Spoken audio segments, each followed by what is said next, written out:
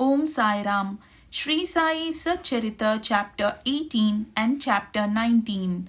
These two chapters covers how Hemant Pant was accepted and blessed, stories of Mr. Sate and Mrs. Deshmukh, encouraging good thoughts to fruition, variety in Upadesh, teachings regarding slander and remuneration for labor. In the last two chapters, Hemant Pant described how a rich gentleman aspiring for quick Brahmagnan was treated by Baba, and now in these two chapters he describes how Hemant Pant himself was accepted and blessed by Baba, how Baba encouraged good thoughts and fructified them, and his teachings regarding self-improvement, slander and remuneration for labor. Preliminary. It is a well-known fact that the Sadguru looks first to the qualification of his disciples and then gives them suitable instructions without unsettling their minds in the least and leads them on towards the goal of self-realization. In this respect, some say that what the Sadguru teaches or instructs should not be divulged to others. They think that their instructions become useless if they are published. This view is not correct. The Sadguru is like a monsoon cloud. He pours down profusely, that is, scatters widely his nectar-like teachings. These we should enjoy and assimilate to our heart's content and then serve others with them without any reservation. This rule should apply not only to what he teaches in our waking state but to the visions he gives us in our dreams. To quote an instance, Buddha Kaushik Rishi published his celebrated Ram Raksha Stotra, which he had seen in his dream. Like a loving mother forcing bitter but beneficial medicines down the throats of her children for the sake of their health, Saibaba imparted spiritual instructions to his devotees. His method was not veiled or secret but quite open. The devotees who followed his instructions got their object. Sadgurus like Sai Baba open our eyes of the intellect and show us the divine beauty of the self and fulfill our tender longings of devotion. When this is done, our desire for sense object vanishes. Twin fruits of Vivek, that is discrimination, and Vairagya, that is dispassion or non-attachment, come to our hands and knowledge sprouts up even in the sleep. All this we get when we come in contact with saints like Sadguru, serve them and secure their love.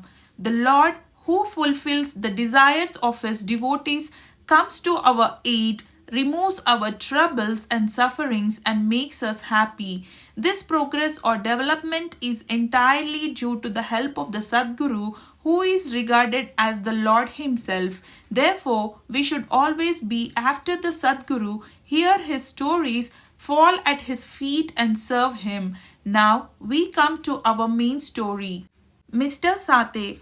There was a gentleman named Mr. Sate who had attained some publicity many years ago during Crawford regime, which was put down by Lord Ray, the governor of Mumbai. He suffered severe losses in trade. Other adverse circumstances gave him much trouble and made him sad and dejected. Being restless, he thought of leaving home and going out to a distant place. Man does not generally think of God, but when difficulties and calamities overtake him, he turns to him and prays for relief. If his demerits have come to an end, God arranges his meeting with a saint who give him proper directions regarding his welfare. Mr. Sate had similar experience. His friends advised him to go to Shirdi, where so many people were flocking to get Sai Baba's darshan for getting peace of mind and the satisfaction of their wants.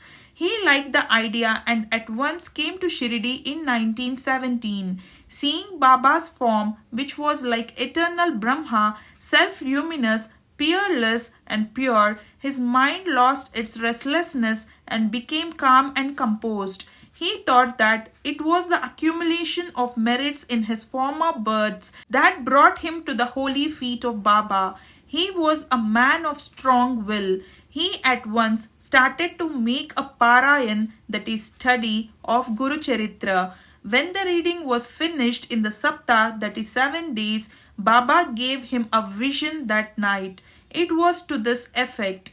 Baba, with Guru Charitra in his hand, was explaining its contents to Mr. Sate, who was sitting in front and listening carefully. When he woke up, he remembered the dream and felt very happy. He thought that it was extremely kind of Baba, who awakens souls like his that are snoring in ignorance and makes them taste the nectar of Guru Charitra. Next day, he informed Kaka Sahib Dikshit of this vision and requested him to consult Saibaba regarding its meaning or significance, whether one saptah, that is weeks, reading was sufficient or whether he should begin again. Kaka Sahib Dikshit, when got a suitable opportunity, asked Baba, Deva, what did you suggest to Mr. Sate by this vision, whether he should stop or continue the saptah? He is a simple devotee. His desire should be fulfilled. Then Baba replied, he should make one more saptah of the book. If the work be studied carefully, the devotee will become pure and will be benefited. The Lord will be pleased and will rescue him from the bondage of the mundane existence. At this time, Hemat Pant was present there. He was shampooing Baba's legs. When he heard Baba's word, he thought in his mind, what? Mr. Sate read for a week only and got a reward, and I am reading it for 40 years with no result. His 7 days stay here becomes fruitful, while my 7 years stay from 1910 to 1917 goes for nothing. Like a chatak bird, I am ever waiting for the merciful cloud, that is Baba, to pour its nectar on me and bless me with his instruction. No sooner did this thought cross his mind, Baba knew it then and there. It was the experience of the Bhaktas that Baba understood all their thoughts and that he suppressed the evil thoughts and encouraged the good ones. Reading Hemat Pant's mind, Baba at once asked him to get up, go to Shama, that is Madhavarao Deshpande, get from him ₹15 as dakshina, sit and chit-chat with him for a while and then return. Mercy dawned in Baba's mind and so he issued this order, and who could disobey Baba's order? Hemat Pant immediately left the masjid and came to Shama's house. He had just bathed and was wearing a dhotar. He came out and asked Hemat Pant, how is it that you are here now? It seems that you have come from the masjid. Why do you look restless and dejected? Why are you alone? Please sit and rest while I shall do my worship and return. In the meanwhile, you please take pan bida, that is leaves and betel nuts, etc. Let us then have a pleasant chat. After saying this, he went inside and Hemat Pant sat alone in the veranda. He saw in the window a well-known Marathi book named Nath Bhagavat. This is a commentary by the Saint Eknath on the 11th skanda, that is chapter, of the bigger Sanskrit work, the Bhagavat. At the suggestion or recommendation of Saibaba, Messrs. Bapu Sahib Jog and Kaka Sahib Dikshit read Bhagavad Gita daily with its Marathi commentary named Bhavarta Deepika or Jnaneshwari, a dialogue between Krishna and his friend devotee Arjun, and Nath Bhagavat, a dialogue between Krishna and his servant devotee Uddhav, and also Ekanath's other big work, that is Bhavarta Ramayan. When devotees came to Baba and asked him certain questions, he sometimes answered them in part and asked them to go and listen to the readings of the above mentioned works, which are the main treatises of Bhagavad Dharma. When the devotees went and listened, they got full and satisfactory replies to their questions. Hemat Pant also used to read daily some portions of Nath Bhagavat. That day, he did not complete the daily portion of his reading but had left it unfinished in order to accompany certain devotees who were going to the masjid. When he took up the book from Shama's window and casually opened it, he found to his surprise that the unfinished portion opened up. He thought that Baba sent him very kindly to Shama's house for enabling him to complete his daily reading. So he went through the unfinished portion and completed it. As soon as this was over, Shama, after doing his worship, came out and the following conversation took place between them. Hemant Pant said, I have come with a message from Baba. He has asked me to return with rupees 15 as dakshina from you. Also to sit with you for a while and have a pleasant chit-chat and then return to the masjid with you. Shama with surprise replied, I have no money to give. Take my 15 namaskars, prostrations in lieu of rupees as dakshina to Baba. Hemant Pant replied, all right, your namaskars are accepted. Now let us have some chit-chat. Tell me some stories and leelas of Baba which will destroy our sins. Shama replied, then sit here for a while. Wonderful is the sport, that is leela of this god, Baba. You know it already. I am a village rustic while you are an enlightened citizen. You have seen some more leelas since you were coming over here. How should I describe them before you? Well, take these leaves, betel nut and chuna and have the pan bida while I go in, dress myself and come out. In a few minutes, Shama came out and sat talking with Hemant Pant. He said, the leela of this god, Baba, is inscrutable. There is no end to his leelas. Who can see them? He plays odd sports with his leelas, still he is beyond unaffected by them. What do we rustics know? Why does not Baba himself tell stories? Why does he send learned men like you to fools like me? His ways are inconceivable. I can only say that they are not human. With this preface, Shama added, I now remember a story which I shall relate to you. I know it personally. As a devotee is resolute and determined, so is Baba's immediate response. Sometimes Baba puts the devotees to severe test and then gives them upadesh, that is instructions. As soon as Hemant Pant heard the word upadesh, a flash of lightning crossed through his mind. He at once remembered the story of Mr. Sate's Guru Charitra reading and thought that Baba might have sent him to Shama in order to give peace to his restless mind. However, he curbed this feeling and began to listen to Shama's stories. They all showed how kind and affectionate Baba was to his devotees. Hemant Pant began to feel joy on hearing all these. Then Shama began to tell the following story. Mrs. Radhabai Deshmukh. There was an old woman by the name Radhabai. She was the mother of one Kashaba Deshmukh. Hearing Baba's fame, she came to Shirdi with the people of Sangamner. She took Baba's darshan and was much satisfied. She loved Baba intimately and resolved in her mind that she should accept Baba as her guru and take some upadesh from him. She determined to fast herself unto death so long as Baba did not accept her and give her any upadesh or mantra. She stayed in her lodging and stopped taking any food or water for 3 days. I was frightened by this ordeal of the old woman and interceded with Baba on her behalf. I said, Deva, what is this you have started? You drag so many persons here.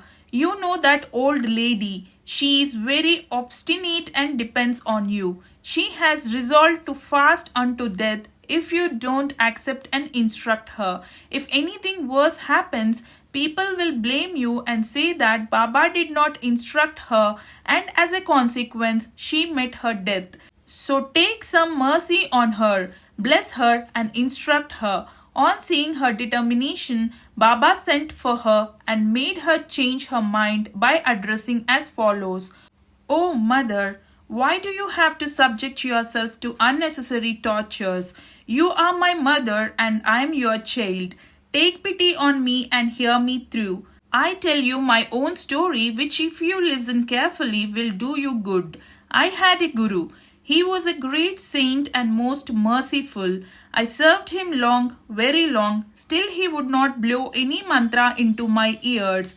I had keen desire never to leave him, but to stay with and serve him, and at all cost receive some instructions from him. But he had his own way. He first got my head shaved and asked me for 2 paise as dakshina. I gave the same at once. You may say that as my guru was perfect, why should he ask for money and how should he be called desireless? The reply is that he never cared for coins.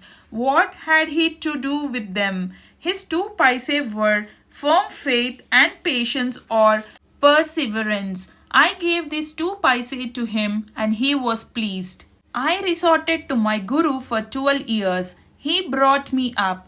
There was no dearth of food and clothing. He was full of love, or say, he was love incarnate. How can I describe it? He loved me most. Rare is a guru like him. When I looked at him, he seemed as if he was in deep meditation, and then we both were filled with bliss. Night and day I gazed at him with no thought of hunger and thirst. Without him I felt restless. I had no other subject to meditate upon, nor any other thing than my guru to attend. He was my sole refuge. My mind was always fixed on him. This nishta, that is firm faith, is 1 paisa of dakshina. Saburi, that is patience or perseverance, is the other paisa. I waited patiently and served my guru. This saburi will ferry you across the sea of this mundane existence. Saburi removes all sins and afflictions, gets rid of calamities in various ways, and casts aside all fear and ultimately gives you success. Saburi is the mine of virtues, consort of good thought. Nishta, that is faith, and Saburi, that is patience, are like twin sisters, loving each other very intimately. My guru never expected any other thing from me. He never neglected me but protected me at all times. I lived with him and was sometimes away from him. Still I never felt the absence of his love. He always protected me by his glance, just as the tortoise feeds her young ones whether they are near her or away from her on the other side of the bank by her loving glances. O mother, my guru never taught me any mantra, then how shall I blow any mantra in your ears?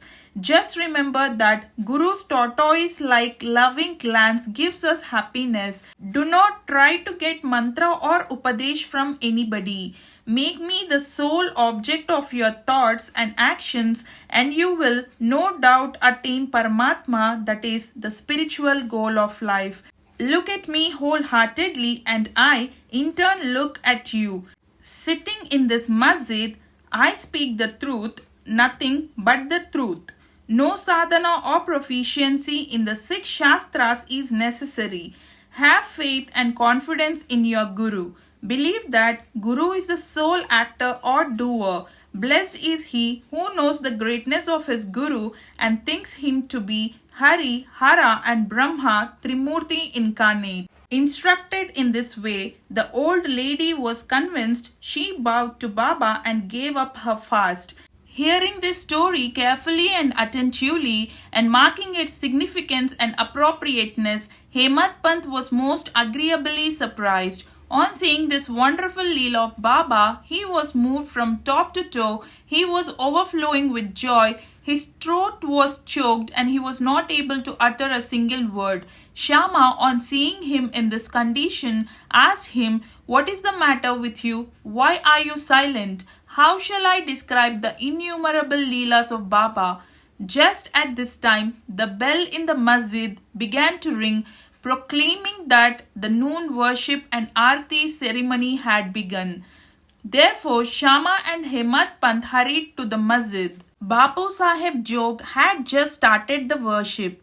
Women were up in the masjid and men were standing below in the open courtyard, and they were all singing the Aarti in chorus to the accompaniment of drums. Shama went up, pulling Hemant Pant with him. He sat to the right and Hemant Pant in front of Baba. On seeing them, Baba asked Hemant Pant to give the dakshina brought from Shama. He replied that Shama gave namaskars in lieu of rupees and that he was there in person. Baba said, "All right, now let me know whether you both had a chit-chat, and if so, tell me all that you talked about." Not minding the sounds of the bell, the drum and the chorus songs, Hemant Pant was eager to tell Baba what they had talked about and started to narrate it. Baba was also anxious to hear, and so he left the bolster and leaned forward.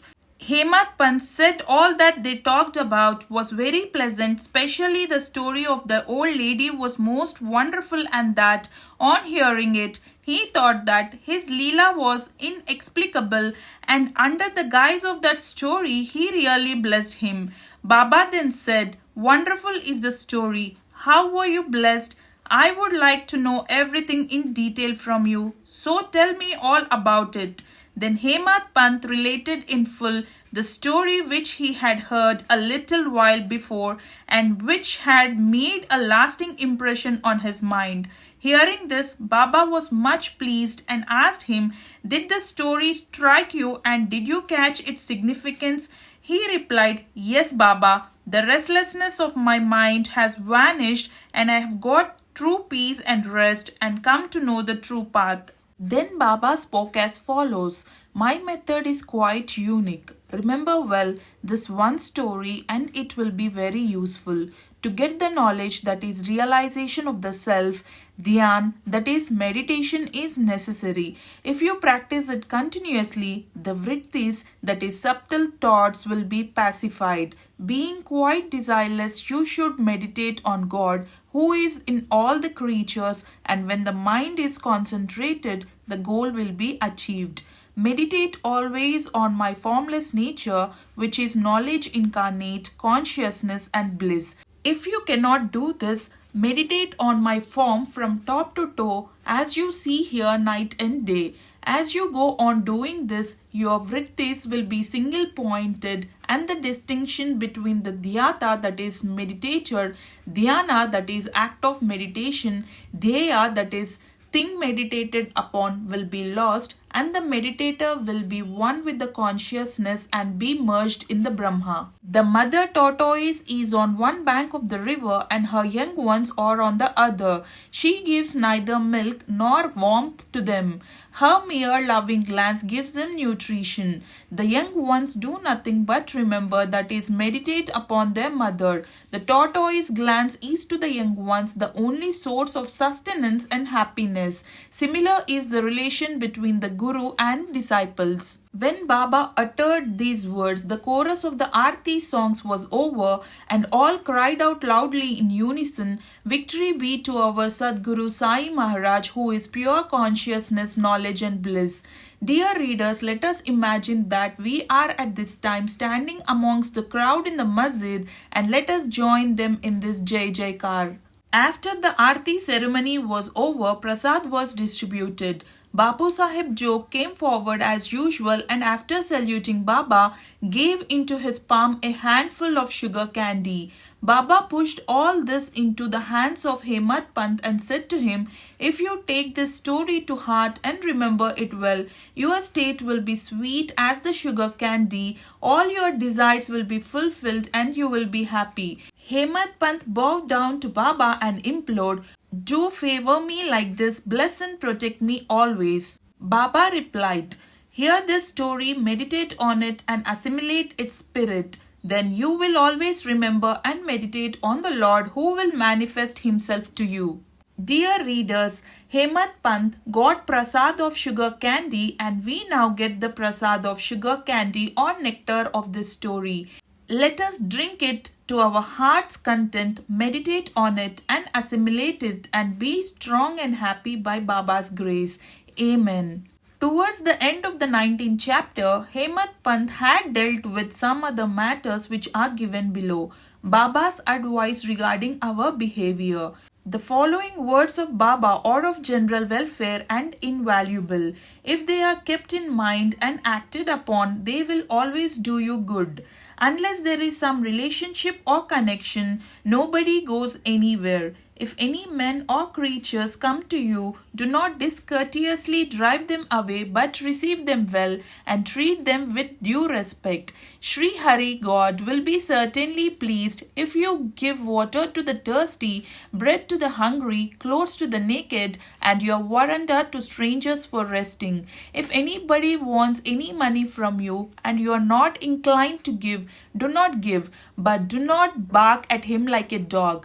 Let anybody speak hundreds of things against you, do not resent by giving any bitter reply. If you tolerate such things, you will certainly be happy. Let the world go topsy-turvy, you remain where you are. Standing in your own place, look on calmly at the show of all things passing before you. Demolish the wall of difference that separates you from me, and then the road for our meeting will be clear and open. The sense of differentiation as I and thou is the barrier that keeps away the disciple from his master, and unless that is destroyed, the state of union is not possible.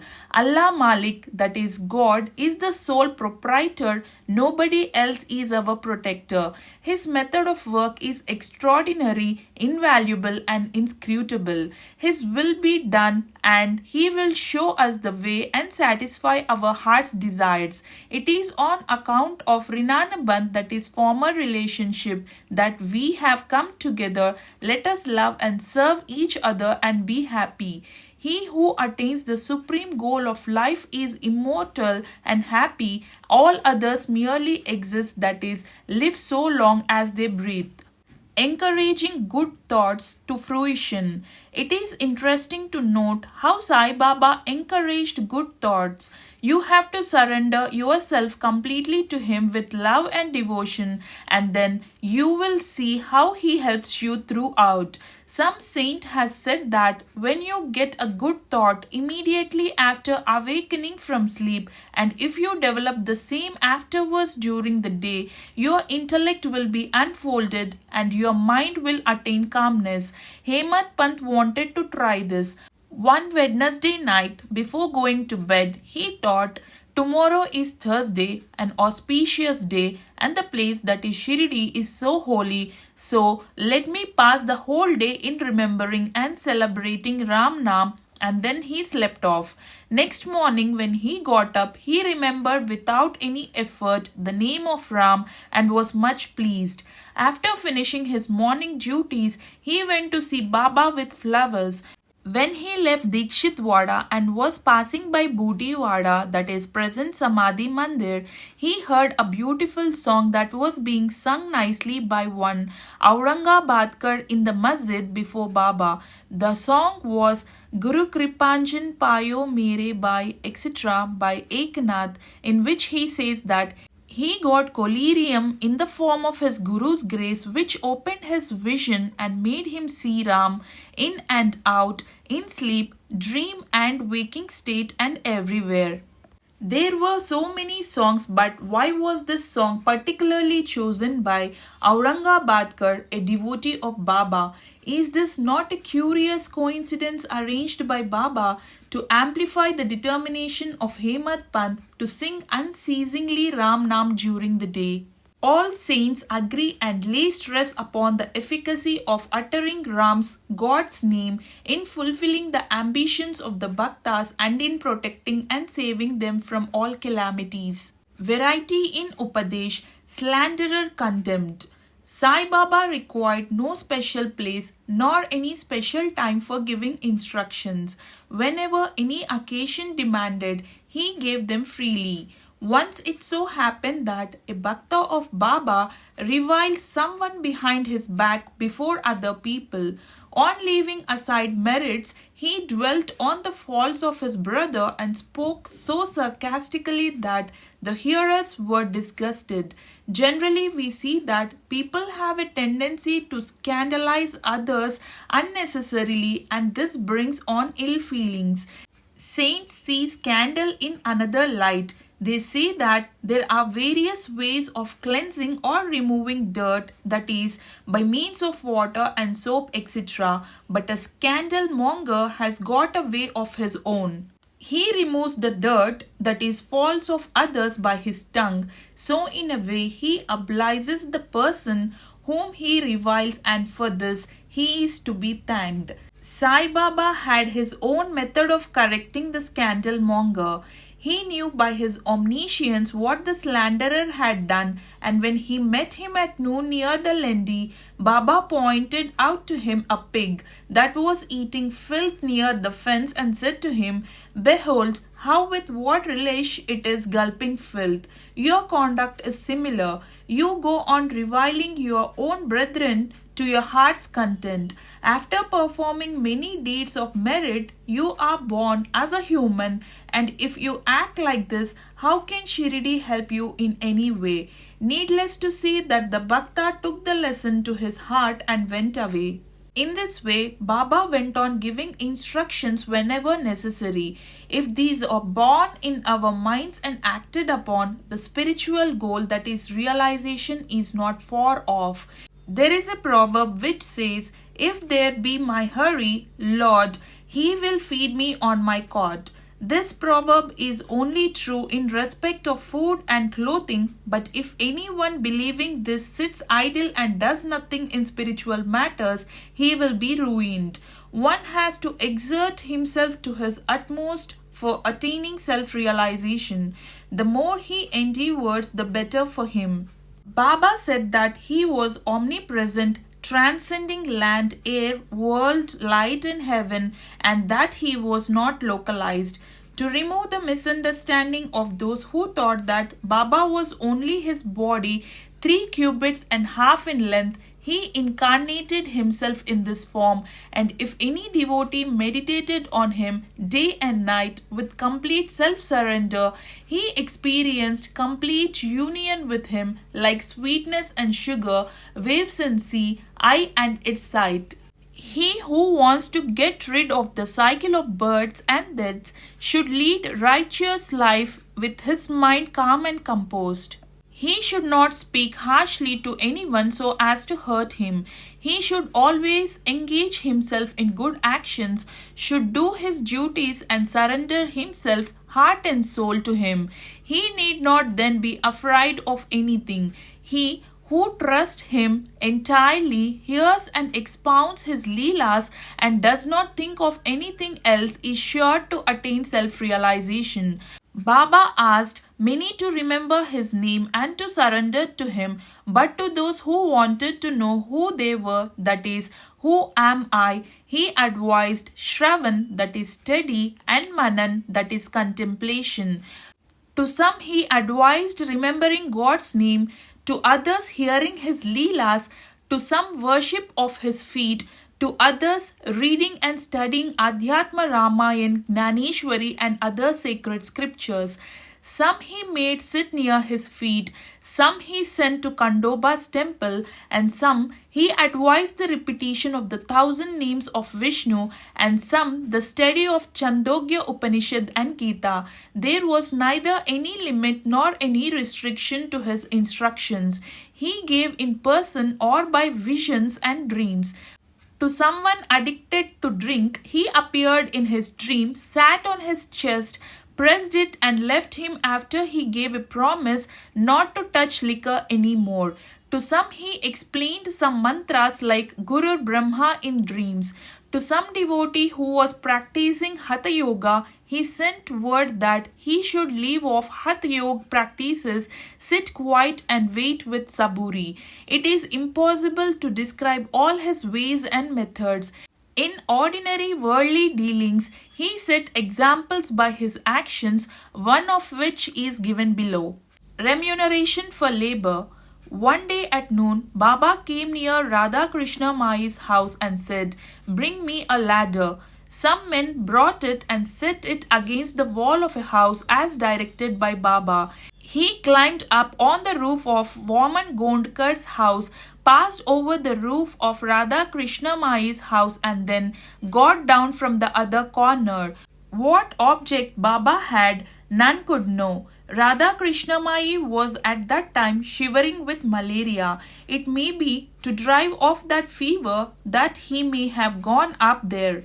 Immediately after getting down, Baba paid 2 rupees to the persons who brought the ladder. Somebody asked Baba why he paid so much for this. He replied that nobody should take the labor of others in vain. The worker should be paid his dues promptly and liberally. If the principle taught by Baba be followed, that is, if the remuneration for labor be paid promptly and satisfactorily, the laborers will turn out better and both the laborers and their employers will be profited. Bow to Shri Sai, peace be to all.